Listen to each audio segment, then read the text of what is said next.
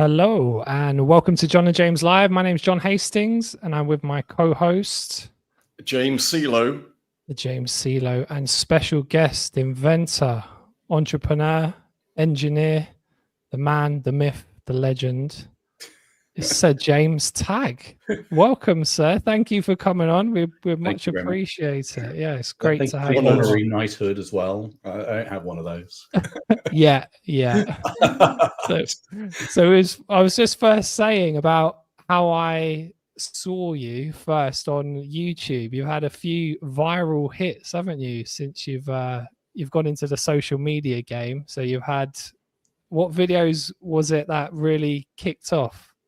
Well, yeah, I mean, I thought, how hard can it do how hard can it be to do a video? So I did a couple of videos, and they all went viral, right? I looked up viral, and they said if you get more than like 20,000 hits, you go viral. So what? My God, all my videos viral. So the one that you saw was me unboxing the touchscreen that I made 30 years ago. And that got 5 million views on YouTube.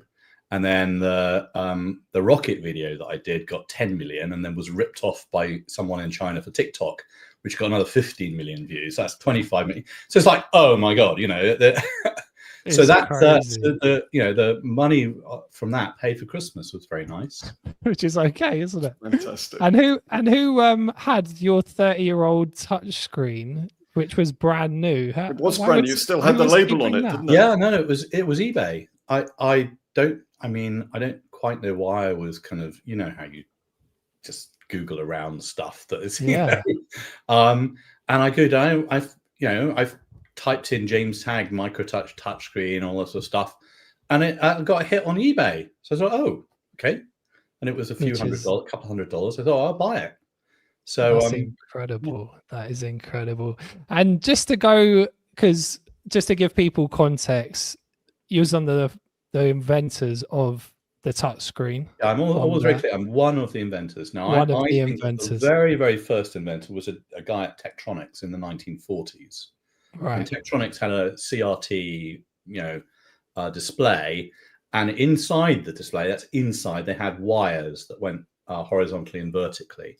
And I think and certainly before the internet existed, I gave a lecture, and the lecture I gave was invented by Tektronix, and a guy who had this XY grid pattern on his desk that was going to go in a CRT, wired it up and touched one of the wires, it touches the other wire, and you have a touchscreen. That was the very first touchscreen. Now, post-internet, of course, history got rewritten when the internet got created. So certain things that I know are true don't exist post the internet, right? They're not on Wikipedia, and vice versa, right? So, the guy that's credited with the first invention of the touchscreen, I think, is a chap in England that was working for the air traffic control, right? And he had a transparent ITO with wires on. You press the wire, and that was the first sort of recorded touchscreen. And that's a resistive touchscreen. The one I did was a capacitive touchscreen, and specifically zone capacitive. So you have little kind of lines, and you can touch it. And that's really the origin of what you would have an iPad today, right? Where you can actually put your finger on, you can drag it, you can do things with it that you expect to do it with today. That's incredible. And the eSIM as well, was that one of yours? Well, the eSIM, I invented the multi-IMSI eSIM. Now, the multi-IMSI eSIM is effectively what is in most things now. So it's a particular variant of that, but it's the variant of the sort of one. And that allows you to change the identity of the carrier when you change countries. And that's important because it's the one that's in every iWatch when you buy it from Apple. So the very first thing it does is it uses a SIM technology that I created to say, okay, where am I in the world? Otherwise you have to make an iWatch for every country, potentially every operator in every country. That'd be 1,000 SKUs coming out of China and going on boats, and it would be a nightmare. So it's a single thing that wakes up, says, where am I? And then it either operates on the True phone, now called One Global, or it flips over and says, let's suck down an AT&T SIM, and then we're an AT&T SIM. But But that's very useful because there was a fire in the Netherlands, and one of the data centers for Vodafone burnt down.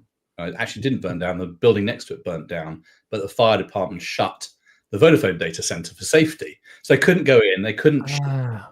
So everyone's SIMs went dark for 4 days in the Netherlands. Right. And so now they ship a multi-IMSI SIM in the Netherlands, so that if they ever lost the data center again in the Netherlands, it flips to being a German SIM and runs off Germany. Right. And lots and lots of people do this now. So it's not the dominant, but it's very widely deployed. Can I just go back to the touch screen, James? Is there an industry term for idiots like me that go to a magazine and do that on a picture and try to sort of zoom in? Is there? Is there an industry term for that? Yeah, there's pinch. It's just pinch. Just easy as that. Nothing more elaborate than that. Just no one came up with a fancy science term, because it becomes part of the sort of the consciousness, doesn't it, that you do it now without even thinking about it, that it is that almost sort of knee-jerk reaction that you have to anything that you're looking at, thinking, because we do spend so much time on screens that you automatically engage in that sort of behavior. It's so odd. So obviously, I don't have a touchscreen on this Mac because for whatever reason, Apple's never put touchscreens on their laptops. I don't, but when I do music, so I've got an Apple in the other room for doing music, and every single time I went to do anything, I would touch the screen. Every time, it drove me nuts. I go, it's not a touchscreen. So I ended up having to buy a infrared touchscreen from China and stick it on. I just could not stand not having a touchscreen. So I have an Apple Mac with a touchscene in the other room. It will be one of the few 5 or 6 in the world. That is cool. So, but we'll go back. Let's go back in time, James, to when you was a young little James. Was it in 1960s? It wasn't that. 1970. When was you born? 76. I do remember the moon landing. That's one of my earliest memories. I don't know whether that's the moon landing or whether that's like the second or third moon landing, but I do remember being pulled down from bed by my parents to watch it. So it really happened, James. I get comments with the rocket video. All sorts of comments, and a lot of the comments are, the NASA faked the moon landings. I'm sure. How do we have moon rocks then? It's right for that. So where did you faked as well? Everything's faked. I can imagine, especially on YouTube. And where did you grow up, James? What part of England did you grow up? Hampton. So that's near Hampton Court Palace, just down the river, Hampton on Thames. So grew up there. And what did your mum and dad do? Are they academics as well? My mum's academic. Yeah, she was a lecturer at part of London University. My dad was an entrepreneur, ran a electronics distribution company. His father was a professor at London University. In fact, hang on just a second. My next unboxing video. This is his book, which I also bought off eBay. So I'm going to unbox this. Is that your father's book? Is it? No, my grandfather's book. Your grandfather's book. And the interesting thing about him is he was the English Indiana Jones, right? So every summer, I know Indiana Jones goes to exciting places, right? So every summer or every few summers, he would go to the Wash in England, which is in Norfolk, and he would traipse around trying to find King John's lost treasure. Seriously? Yeah. So I'm going to do a video. You can now recreate it all because you can go to the sarcophagus, which is in Worcester Cathedral, and get a photograph of King John, which is the only thing that we've got, which is a likeness, right? Yeah. Put that through Runway ML and so on, and make King John, and then make King John and see what the Wash would have been like. Treasure. You know, you can recreate history. You now got a time machine. So I was going to unbox that and tell the story of my grandfather. That'd be another viral hit. And all that I thought we were going to get an exclusive there, James. I thought you were going to unpack that book right here now, live, and go. Oh, I mean, you know. Let's check it. And what is that book about, James? He used to make electronic instruments. So he was a professor of electronic engineering at London University, and he made, you know, capacitive sensing equipment. So it wasn't until many years later that I realized that my technical expertise in touchscreens is the same area of science as my grandfather. So there's a kind of bizarre thing that I, you know, much later discovered. So does it feel like there's a kind of an air of inevitability about the sort of trajectory that you took? I mean, bearing in mind, it's a fairly kind of heady mix of lineage there that if you'd have turned into an actor or something like that, that may have been slightly sort of off-piste. Do you think? I don't know. I mean, you know, maybe I certainly was influenced a little bit by it, and I was always sort of a mad inventor as a kid. So, you know, but looking at children, right? That they just decide what they're going to do. You know, that I don't think they're as programmed as some people would think that they are. So I mean, I just decided I wanted to be an inventor, and that's just what I was from the age of about 8. Yeah, I've read that you built something to scare off cats, didn't you? Oh yeah, my mum had a whole bunch of things. She wanted. Well, I mean, some of it the cat scarers are still not really, you know. They would destroy her roses and all that sort of shit. Really what was it? A water machine or some type of? Yeah, that's right. A water, you know, sprayer and a infrared detector to break the beam when you get sprayed. It didn't really work, but it was it's the sort of thing that entertains you as a child. Yeah, and that's that's not really, I guess, what a lot of kids are doing, which just showed you was sort of going in that direction. That's right, but one of my daughters here does do this, right? She's a big fan of Mark Robber, and she has built, 12 build boxes, and she definitely identifies as an engineer. If you say, "What are you?" She says, "I'm an engineer," and she's 7. Right? It's like, okay, so that's interesting. So you made up your mind. The other daughter hasn't really made up her mind yet, but that's crazy. And when you went to school, James, did you sort of feel like you was at home there? You was academic. They was really pushing you to, reveal your best self and like bring out the best of you when you was at school. Well, I mean, school is interesting, right? Because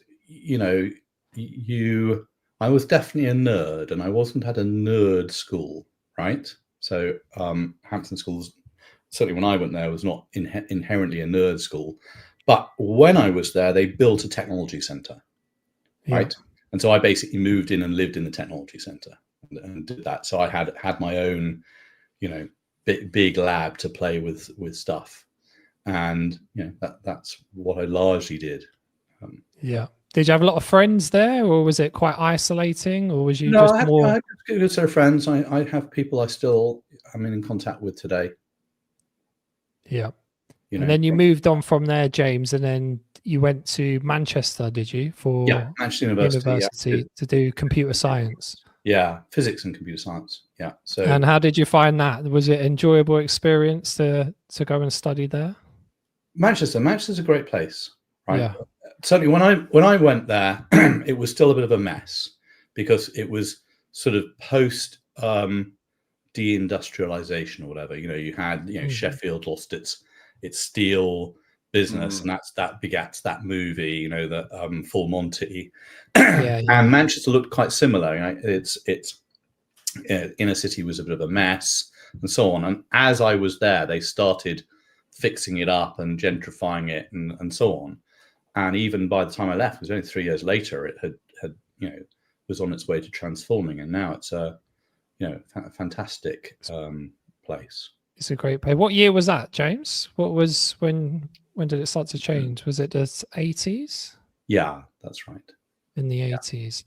And then when did you start your first business, James? How did that come about? Do you see yourself as a real natural entrepreneur, or is it a sort yeah, of I mean, I didn't go and work for a company, right? Maybe because none of them would have me. But I mean, after Cambridge, I applied for a couple of jobs with consulting companies. You do this standard sort of, apply for a management consulting position and things like that. Yeah. But actually, I went and joined a company with a friend of mine, and it's like rock bands. That sort of fell apart, but I merged with someone else in the end. But within a year, I was running a company that was mine, which was Moonstone Technology, and that is the company that developed the touchscreen and a bunch of other things technologically. And the touchscreen is the thing that worked and sort of was the exit from that company. But we did lots of fun inventions. People say, why is your inventions so successful? I go, because I did a lot of them, and a lot of them fail, and some of them even embarrassingly bad. So if you do enough, some of them will work. Yeah, that's a good point, James. Because when you're starting the business, are you thinking about the problem that needs to be solved, or are you just experimenting with what you're interested in, and then you go out to the market and think, okay, does this suit anything? Could this be useful? How do you think about starting a business, and especially back in the day? Out of college, I wrote down in my notebook 30 ideas, right? Okay. And, looked at that and went, right, I should do one of those. And I, worked through those sort of ideas. And I think I still maintain that to-do list today. I moved to a computer, but I still have all the things I think are wrong with the world that I'd like to invent something to fix. Now, does that mean that what I ended up doing has any bearing on that list? No, not really. Right. Okay. So, the touchscreen happened because I teamed up with a chap from Brighton, and we made a damp meter, which was supposed to stop this annoying thing. If you have damp in your walls in Britain, you phone up a builder, they come round, they have this machine with two prongs and they stick it into the wall, right? And they either say, yeah, you have damp, in which case they rip everything off and they redo it, or they say, no, you don't have damp. But now they put little prong holes all over the walls in your house. Right, so they've got to rip it apart and repaint it anyway. So we made a capacitive one that uses alternating current rather than DC current, which means that you could just put two pads on the wall and see whether it was wet.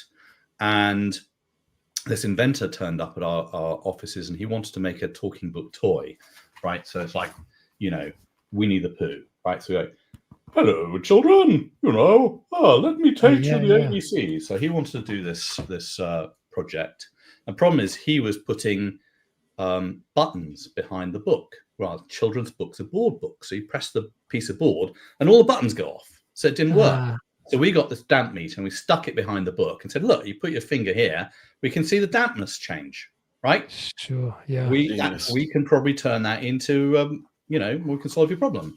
Come back in a week. So in a week's time, he came back and we had it, sort of a demo working. And then we did a contract with him, and then we applied for a grant with the DTI in the UK. So we won a Smart Award. And that's really what, got the touchscreen started. It wasn't transparent to start with. Yeah. And then we bought some window glass from the local window shop, which has a conductive coating. When you have low emissivity window glass, that's been ITO coated in a factory in a hot temperature process. So you just get a diamond scribe that you'd normally use to cut glass, right? You just scratch off the coating and you make yourself buttons, right? But they're transparent. Because, and that was then the first transparent touchscreen. Wow. And then, we developed that into what you saw me unbox, which was a 1024 by 1024 touchscreen that you can move your finger around 200 points a second, the sort of what we now use as a standard. Yeah. And did that company grow, James? And what did you do with that in the end? How long I sold it to an American company called Microtouch. They sold to 3M. So it's now a division of 3M. Okay. And then so there's a long, complicated sort of story of various patents and all that sort of stuff. Yeah, of course. But they do have a big market share in the touchscreens that are used in sort of behind the bar to order your beer or your food in a restaurant and so on. But they didn't really make the jump into the Apple. And so Apple kind of reinvented and repatented all the stuff. Right. And so, so it's an interesting story, who gets credited with which bit of the touchscreen story. Of course, yeah. I'm sure there's a lot of players in there. And was you aware, James, at that time, the revolution that was going on? Did you actually feel at the time this is big in terms of like the computer generation and what it would end up being? Or was you just sort of in it, going with the flow? No, I could see it was big, right? Because we were... So I sold to Microtouch, and Microsoft launched the first tablet computer the year I joined, with a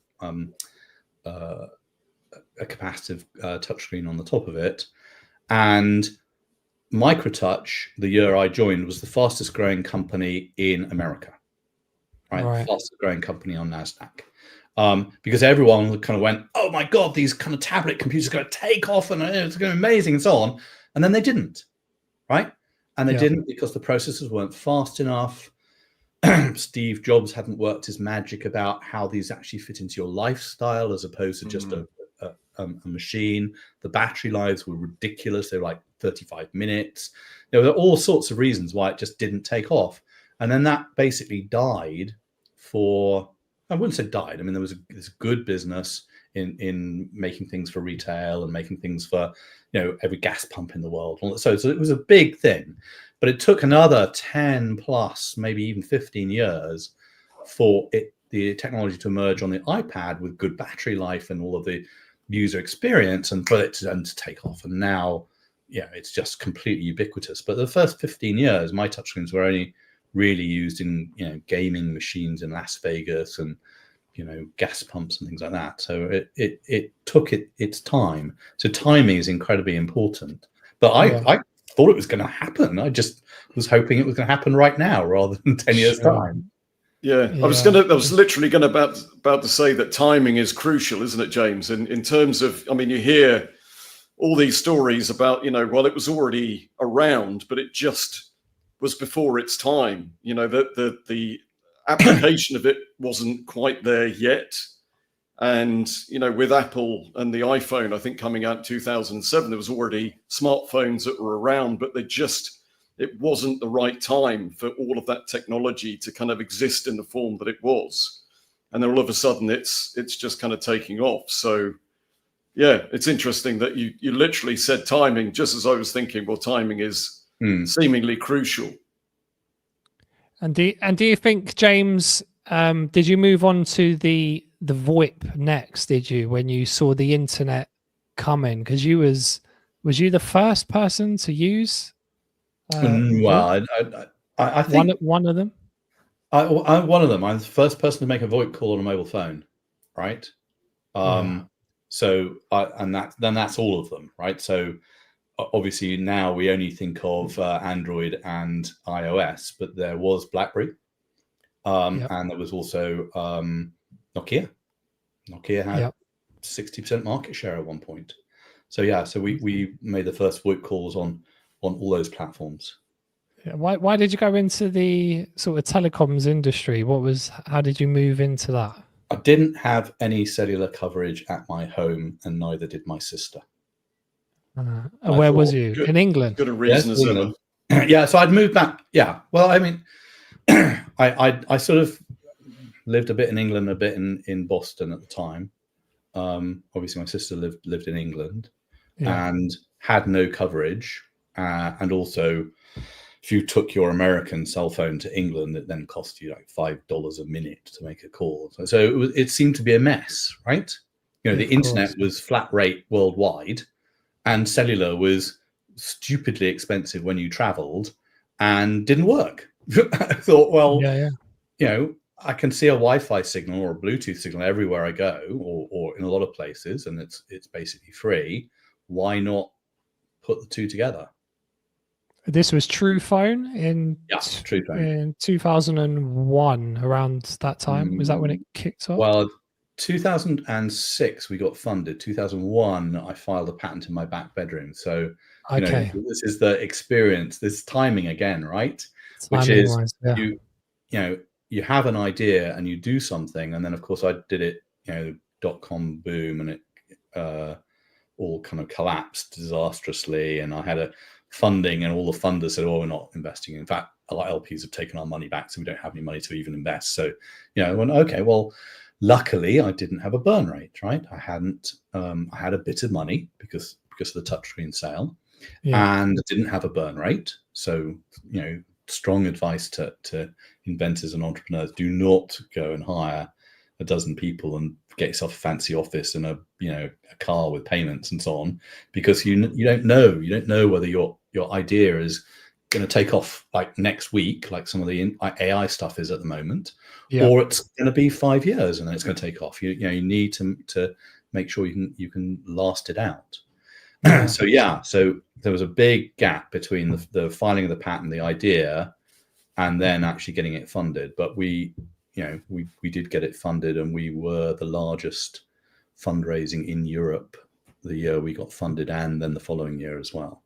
So James, can I just ask, have you always had that sort of sense of certainty around ideas that it's easy to kind of look at the overview and say, well, there's all of these things that kind of worked, and history is littered with inventions that didn't work. But did you always have that kind of sense of certainty around that you were able to actually create these things and take them to market, and that they would be successful? Or was there anything that kind of undermined that slightly, and there was some uncertainty? Give us a little bit of a sense of that, of your kind of attitude towards those sort of things.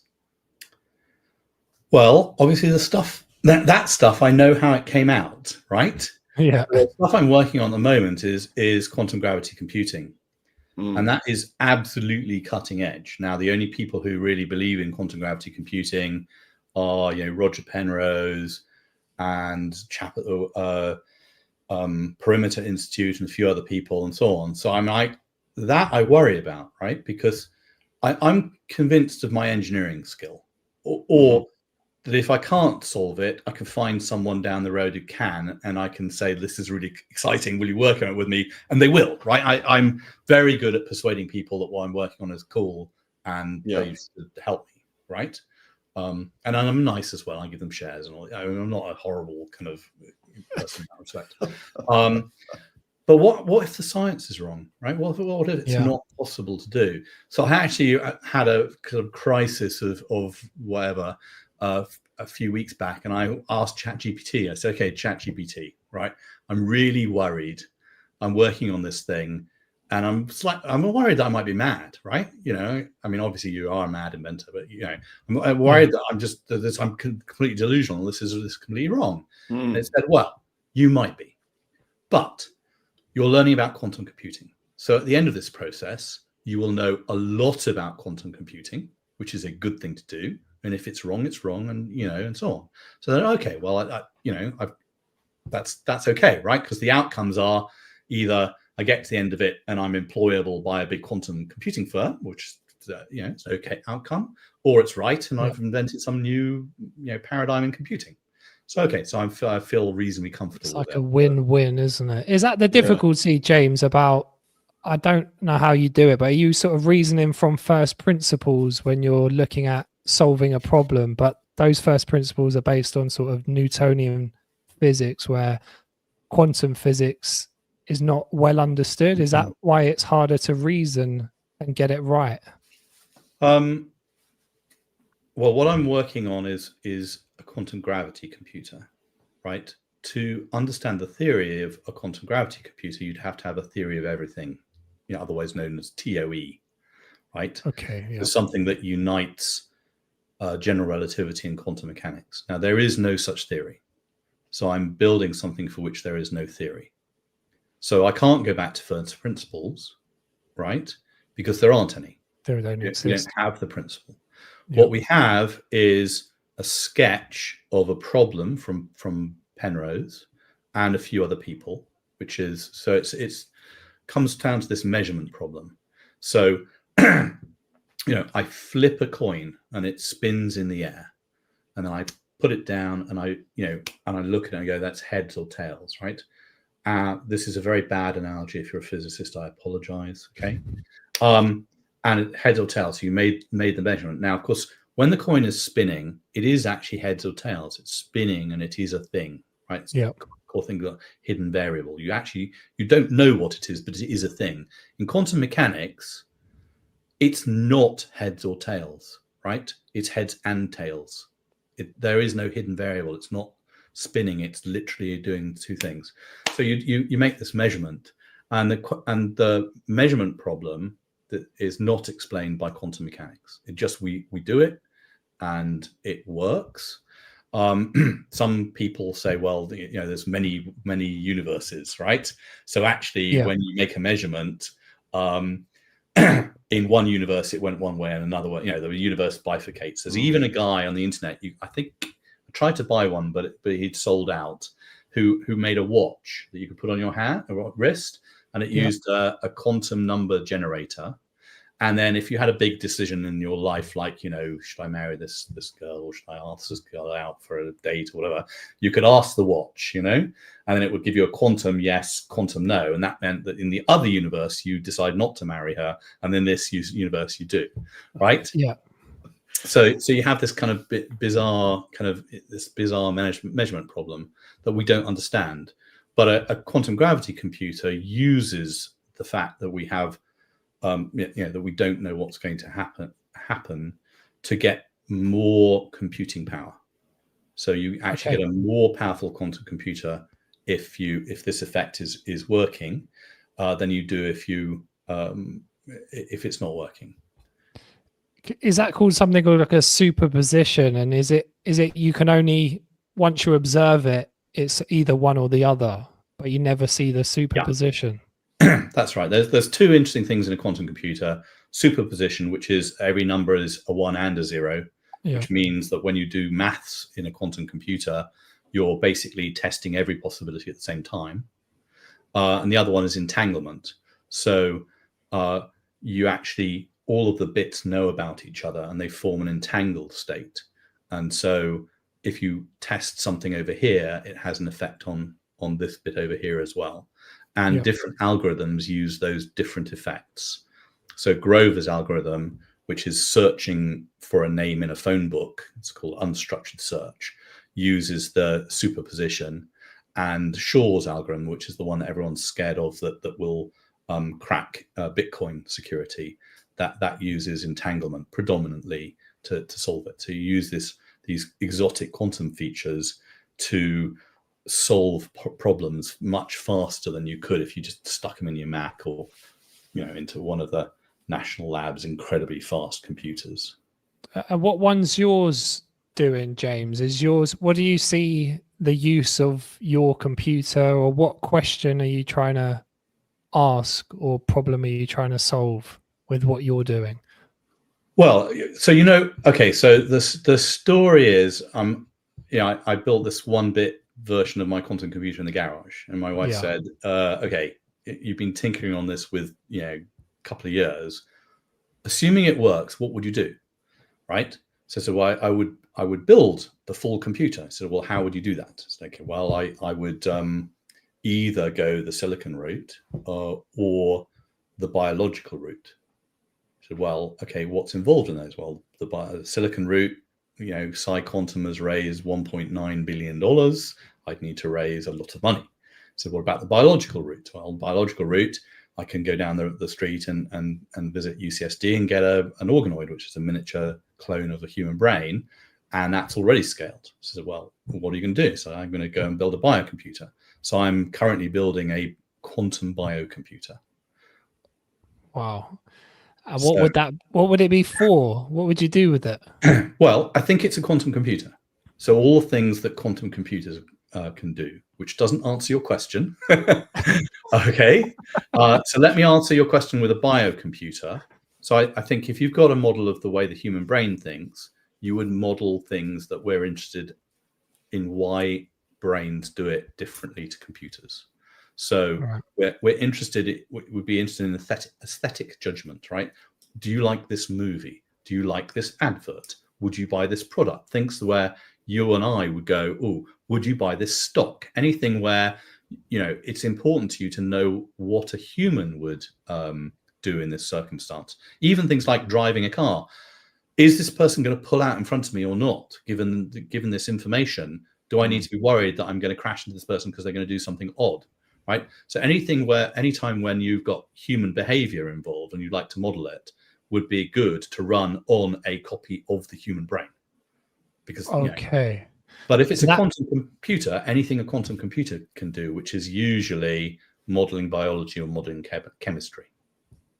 Yeah, that seems to me to bring like ethical issues in place. If you can predict, if somebody's got the power to predict all human behavior, do you think then all of a sudden you know what's going to happen? Is that like is somebody going to have a ridiculous power? There are some movies on this. In fact, the Westworld second series is exactly this plot, which is they build a computer that's so smart that it can predict what humans are going to do, and you're effectively living in a simulation because, you know. Well, is that not Minority Report all over, isn't it? Also, Minority Report is a similar thing, which is, you know, that you can basically predict the future, but you can't do it precisely. So what happens when?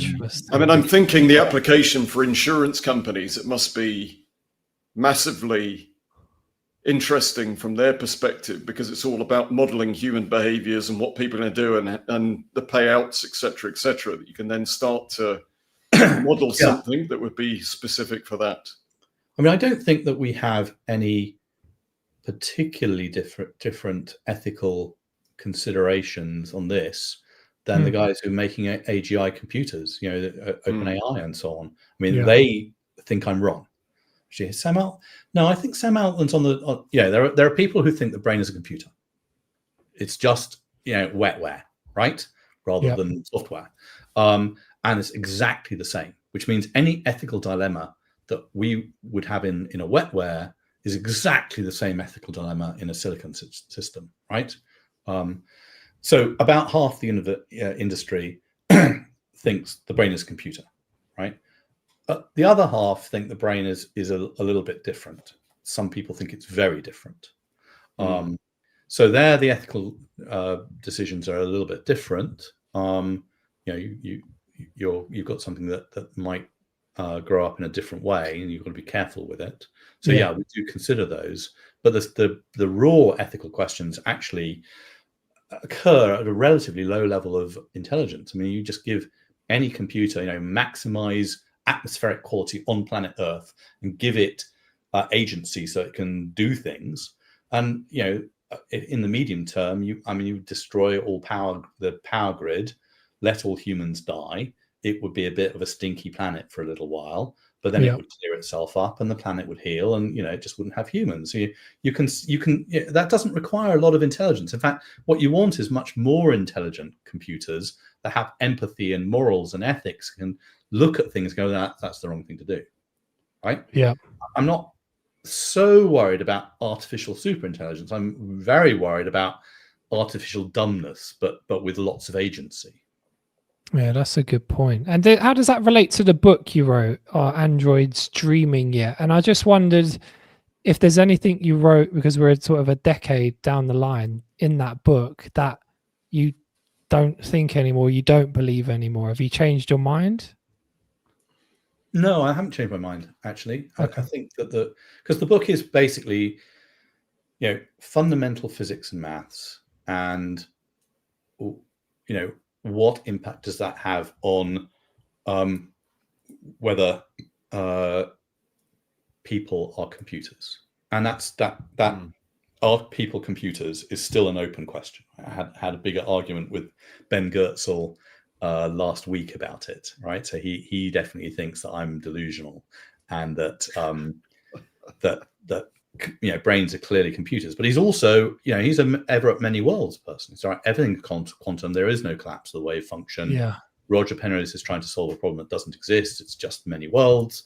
You don't need to worry about this stuff. And computers are, will become artificially generally intelligent and then, super intelligent, and they'll be conscious beings, and the whole 9 yards with no requirement for any additional physics, no thought of any particular separation between, biological intelligences and silicon intelligences. So I still think that there's a difference between the biological intelligence that we have and the silicon intelligence that we're building. But I think you could make our intelligence in a machine. It's just, you need a silicon machine that has some higher mass in it. What do you think that is, that difference, if you was to really quantify? Do you think it's just a matter of time, or you just don't think it's there yet? Do you think it just could evolve, say, in 1,000 years? Well, it took us quite a long time to evolve it, and certainly Neanderthals probably didn't have it, and we did have it. Yeah. So, human intelligence, as we know it, with language and invention, Chomsky thought it was a point mutation. There was a point mutation in our genes. In fact, Allison argues it's Nova1. So there's a Nova1 gene, and there was a point mutation in Nova1, which slowed down the rate at which a brain evolves. Well, I shouldn't say evolve. Grows, matures, let's say. And that gave us the time to develop much more complexity in our thought. But it has then the counter thing, which is we have very long childhood, right? I mean, we don't consider someone to be grown up until they're 18. And in America, not grown up enough to consume alcohol until 21, right? So we really take a very long time to mature. And so we did evolve this capability to have language and invention and so on. So in a single word, what's the difference? Understanding. We understand problems, and machines don't. They are simply trained statistically. What does that mean mathematically? It means give me some problem to solve, right? At some point, I'll run out of axioms, right? That's Gödel's theorem. Give me a finite set of axioms, and I can solve lots of cool things, four-color conjecture and so on. And then there will be problems I can't solve, and I need to add an axiom. And an axiom is just something I say, this is true. Okay, I know it's true. You go, well, why do you know it's true? It seems obvious to me, right? And other mathematicians go, oh yeah, it's obvious to me as well. Yeah, okay, that's a reasonable axiom. Have you tested out and make sure it doesn't create any paradoxes and so on? You go, yeah, I've done all this. Okay, right, we'll accept that, and then you can use that axiom to take you forward. And the problem with it for a computer is it can't do that understanding step that we do. That's the sort of the crux of it, and that's the argument. You think it's just yet? You think it can't do it yet, or you think it's unlikely? I think you could make a machine that was hardware as opposed to wetware that had this faculty. I don't think that there's something mystic about us. And I mean, there's lots of people who think there's just something completely different, whether it's a God-given difference or whether it's just, the universe, consciousness, all this sort of stuff. There's a group of people who just think it's a unknowable or difference. I think you can make a machine that does it. You could evolve different life forms, silicon life forms, and on another planet, for example, and they could evolve to have this level of intelligence. But I don't think that the silicon machines that we're having this conversation with now have that capability, or you would have to do something very clever to give them that capability. You'd have to really think quite hard about it. I mean, we're sort of moving into dystopian kind of territory here, James, where you've got sort of the debate around what sentience truly is, what it is to exist and to be conscious. That, at the moment we've got basically human beings. And now we're moving into this sort of realm of maybe this kind of state where we could have a hybrid version of a human, where technology is then sort of molded onto the being, where that then has a different category of superhuman. And then, you know, the individual machine entity is separate to human, or you've got this kind of hybrid sort of model. I mean, there's clearly a lot of fear around these LLMs having that kind of ability to experience emotion or to have more kind of humanistic qualities, that then you've got machines building other machines, and then that kind of evolutionary entity where they would then sort of develop, and maybe there's a little glitch in the matrix that then creates something else that then is nefarious, or, you know, that has then intentions that aren't particularly friendly towards humans, for example, that they're not wanting to be contained. Is that something that's being discussed? Is that a possibility in any kind of realm, or is that just science fiction? It is being discussed a lot. I mean, I went to a dinner last week or the week before that Ben put on, called the 10, what it was called, I'll think about it in a moment, but basically 10 reckonings, that was it, which is, you know, what's AI going to do to our safety, to our jobs, to our, you know, how do we control it? So, I mean, there are big debates in the industry about, should you have a safety team, right? Yeah. Lots of people resigned from OpenAI, I think, because they were uncomfortable as to whether the safety thing was being focused on enough.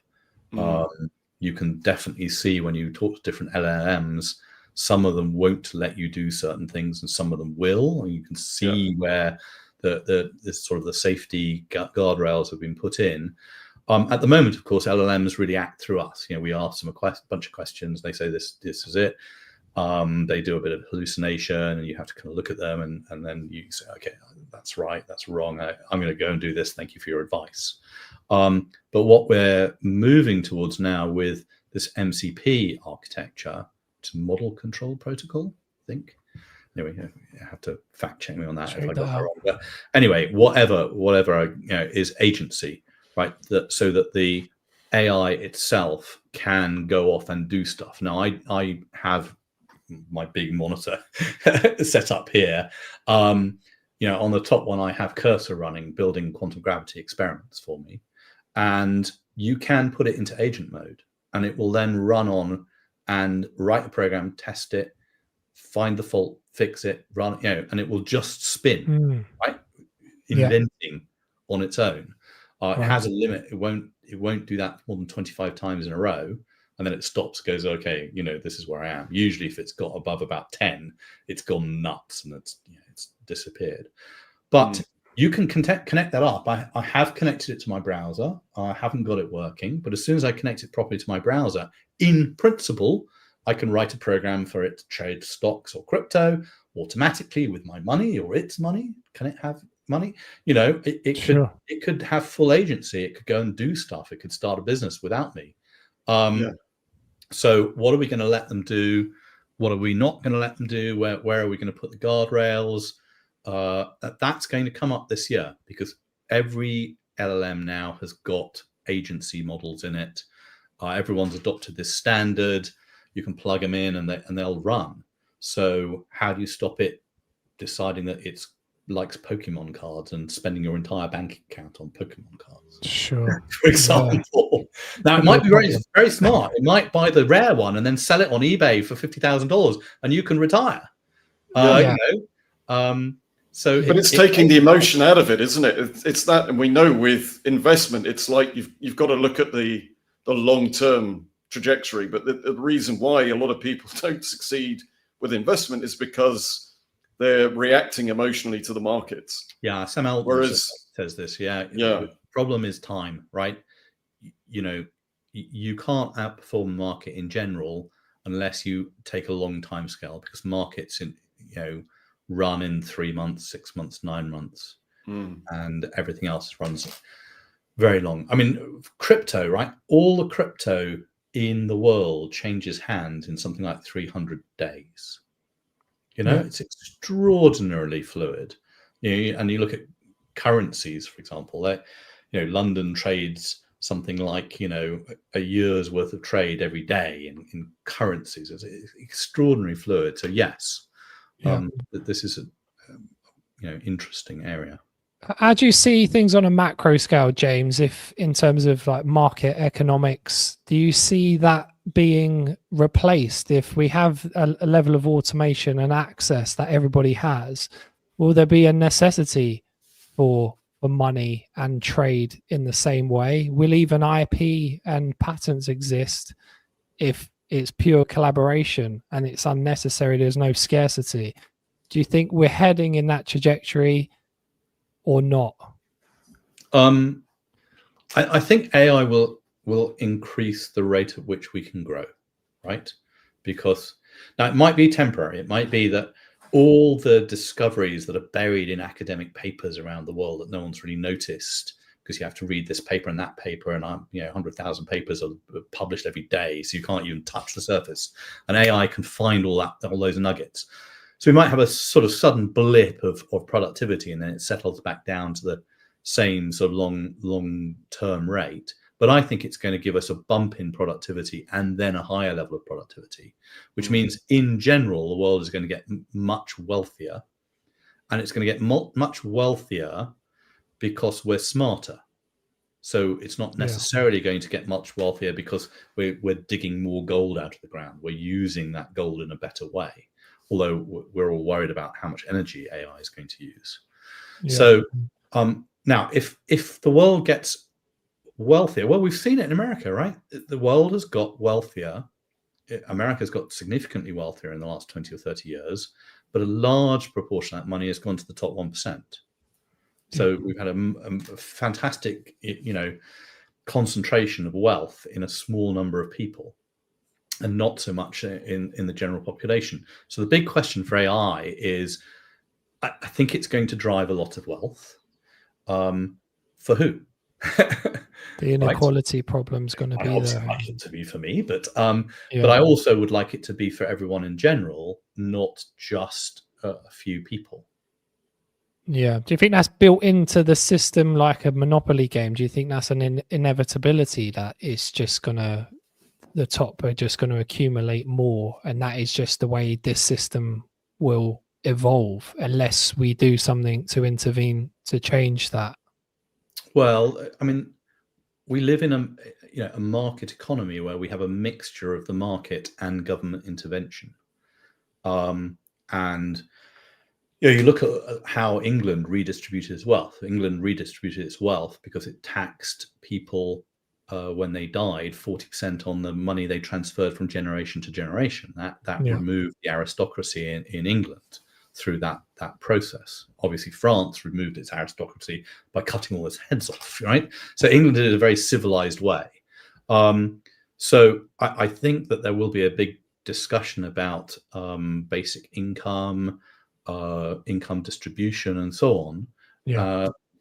That we're going to go through, because a lot of money is going to, well, it's happening now. A lot of money is being generated. Enormous amounts of money generated by the Magnificent Seven, right? And going to their owners who are also very often just very wealthy people, and it's concentrating wealth. So how you sort of decentralize that and make it fairer is a big debate. Big debate. And just quickly, James, because I know you've got to go soon. What are you working on at the moment? And we know that you're developing your chief architect of World Mobile Group. You're trying to connect the disconnected, aren't you, in terms of another? Yeah. So World Mobile is doing connect the unconnected or the disconnected. It's moving very rapidly to connect a lot of people in Pakistan through a joint venture it has there. That will change that society, right? Because giving widespread internet access to people is going to change the economics. In America, we're providing low-cost communication services, or at least medium-cost communication services, but filling in the problem that I've had for 20 years, which is I don't have coverage wherever I live. Ends up being a Tagg's law. So that's decentralized. I mean, that's answering this fairness question, which is, the economics in America for cellular has concentrated down to 3 companies that absolutely dominate the landscape and make all the money. And we're trying to decentralize cellular telecommunications and let it be owned by the community, sort of more than owned centrally. So that's a practical example of what we're just discussing, which is how do you spread out the wealth? Well, allow anyone to put up a cell tower and anyone to do that, solve their local problem and make money out of it. So that's the world mobile. That's the thing. So you've got the likes of Ryan Reynolds, haven't you, with Mint, that are sort of that was just really a marketing exercise. I mean, Mint is just 100% T-Mobile. It was then bought by T-Mobile. It was it was a marketing exercise. Very successful, lovely product. I have some here. I used it for a few months. It's great, but it's not changing the fundamental economics. Yeah. And with Worldmo was definitely trying to change the fundamental economics of cellular to let more people share in it. Yeah. We've got a quick one here. Gemma Herbert has said, the world will get wealthier, but will it get happier, James? Is wealth rather than general happiness already a key driver? We've done a talk on this before, James. We were saying about, lifespan and health span. People are potentially more unhealthy now. Maybe they're working more meaningless jobs. They're more in their head instead of their body. We thought that tech was going to liberate us, but it sort of put a lot of people in chains. Do you see it that way? And how do you see this? Is infinite growth good, or should we have a new model of like a well-being GDP of, how we want to live? We're definitely happier now, right? Just look at infant mortality, right? Your child dies. Are you happy? Definitely not. Are you devastated for the rest of your life? Probably, right? It's super, super important. You just look at the drop in infant mortality over the last 100 years. I just think it's almost a non-question. Now, I think at the margin, right, if I had an extra $1,000 today, would I be an extra $1,000 happier? Or in fact, I then spend it on a TV and watch too much YouTube and then be unhappy? I think on a personal basis, you can make a decision about, do I want lots of money in the bank, or are there things that would make me happier? And that's at the margins discussion. But the general discussion about reducing the number of people who die of cancer is reducing massively, and so on and so forth. That these things are all reducing. One of my sisters dying of cancer, so I have this experience. And in 30 years' time, 20 years' time, even 10 years' time, she would be curable, right? Yeah. But not now, not today. And I have, so Al Samutri, who does the quantum biology company with me, his son's got severe autism, right? And so he's passionately interested to work out why that happens, how you would solve it. Probably not for him, but for the next him, right? So I think wealth gives us access to technology and cures and things like that that just definitely make you happier. But I do accept that at the margins, maybe just more money is doesn't make a given individual happier. Oh, good. Well, I know you've got to go, James, but super appreciate you coming on. And I've got a million and one more questions to ask you, to be honest. But I know you got to shoot, so we'll have to do this again sometime. We'll have a round two. Go into different areas. But no, super appreciative of you coming on and sharing your insights there. And where can people find you, James? Where's the best place? You're a YouTube sensation now, so is YouTube your place? James Tagg P is YouTube. I got in early enough that I am James Tagg on every social media platform. I'm james@tags.com for my email. Yeah. I'm pretty public. You can get me on LinkedIn is a good way. I do actually read all my LinkedIn messages. Please don't try and sell me, Sure. SEO services. I don't need. I think you're Tag James, aren't you, on Instagram? Is that right? Yeah, Tag James. Yeah. There you go. And TikTok dancing as well. We'll see you on. So that will be maybe next year. I will sort out my TikTok account as well. Yeah. Wow. Of course. Well, we appreciate that, James, and then we'll catch up again in the future. Okay. Great. Yeah. Perfect. Nice to chat to you. Take care, everyone. Thanks, Bye-bye. James. Cheers. Bye-bye.